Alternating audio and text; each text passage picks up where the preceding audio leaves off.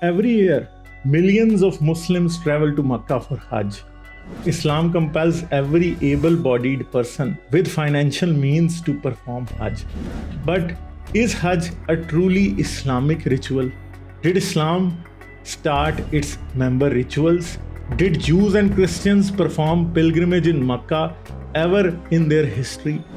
And did Moses, Jesus, Jonah, Elijah, David, or Solomon ever perform the ritual of Hajj? And if not, what was the reason? To know the answer to these questions and to understand why Hajj is a pagan ritual that has nothing to do with Abrahamic religions, watch this video till the end.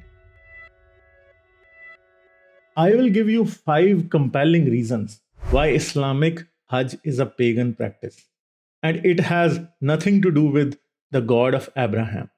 The first reason is Muslims believe that the Kaaba is the most sacred place on the face of the earth, and it is even holier than the Temple Mount in Jerusalem. But Jewish and Christian religious books never talk about the most sacred house of God in the Arabian desert that Adam built and was rebuilt by Abraham and Ishmael. Why no prophet ever performed Hajj in Mecca? Old and New Testaments mention hundreds of prophets, but none ventured into the Arabian desert for the most holy pilgrimage. Even while wandering in the Negev desert, Moses never came to Mecca. Solomon, David, Jesus, Jonah, Elijah, Samuel, Jeremiah never came to Mecca or performed the Hajj. According to the Bible, Abraham himself, who is considered as the builder of Kaaba according to Islam, never went to the Arabian desert nor told anyone to perform Hajj of the Kaaba. All of this only proves one thing, that Hajj has nothing to do with Abrahamic religions. Second reason is Prophet Muhammad considered Jews and Christians as his allies initially in Makkah, but they never accepted him as a prophet, even though he claimed to worship the same God as them.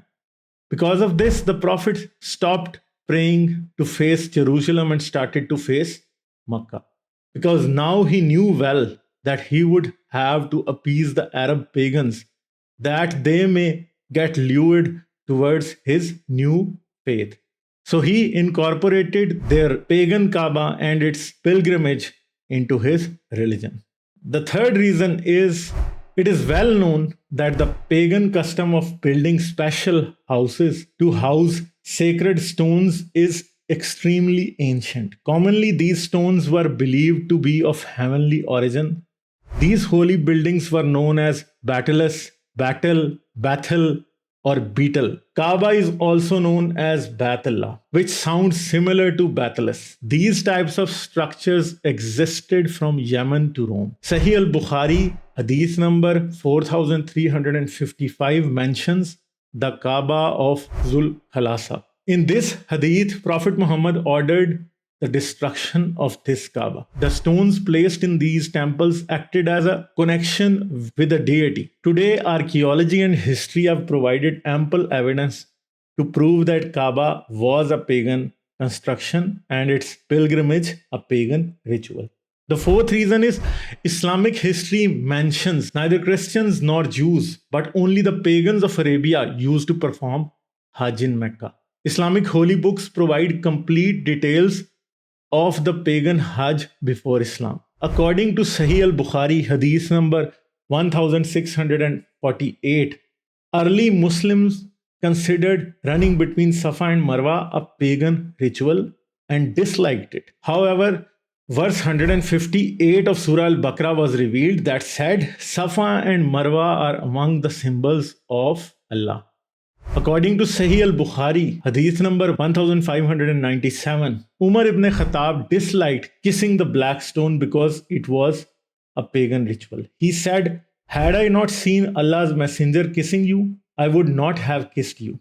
Similarly, in Bukhari, hadith number 1643, al-Mumineen Aisha mentions that wearing ihram was also a pagan practice to honor the goddess Manat.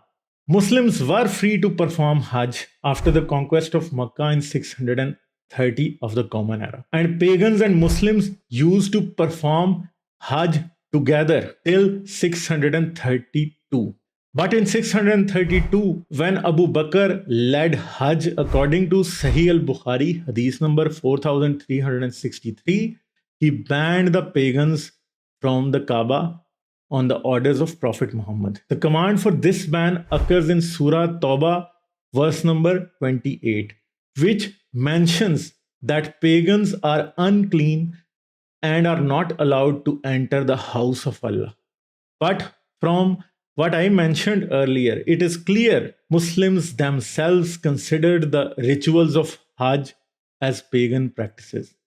The reason for such disbelief in Hajj by Muslims was the presence of Jews and Christians in Arabia, who never regarded the Kaaba and Hajj as sacred and never participated in it.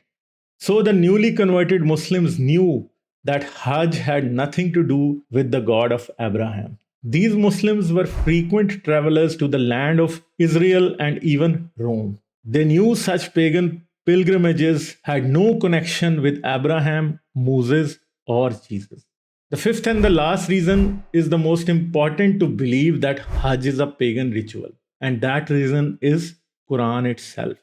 When we ask why prophets never came to perform Hajj, Muslims can say they might have the mention of Makkah and Hajj in the Torah and Gospel removed.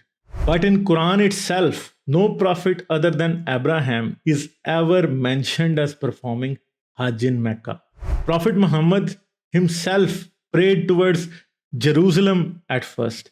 He changed his direction later and declared that Kaaba was even holier than the Temple Mount in Jerusalem.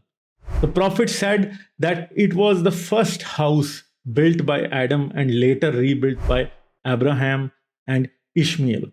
And he also changed the story that Ishmael, not Isaac, was sacrificed in Makkah by Abraham instead in the land of Israel.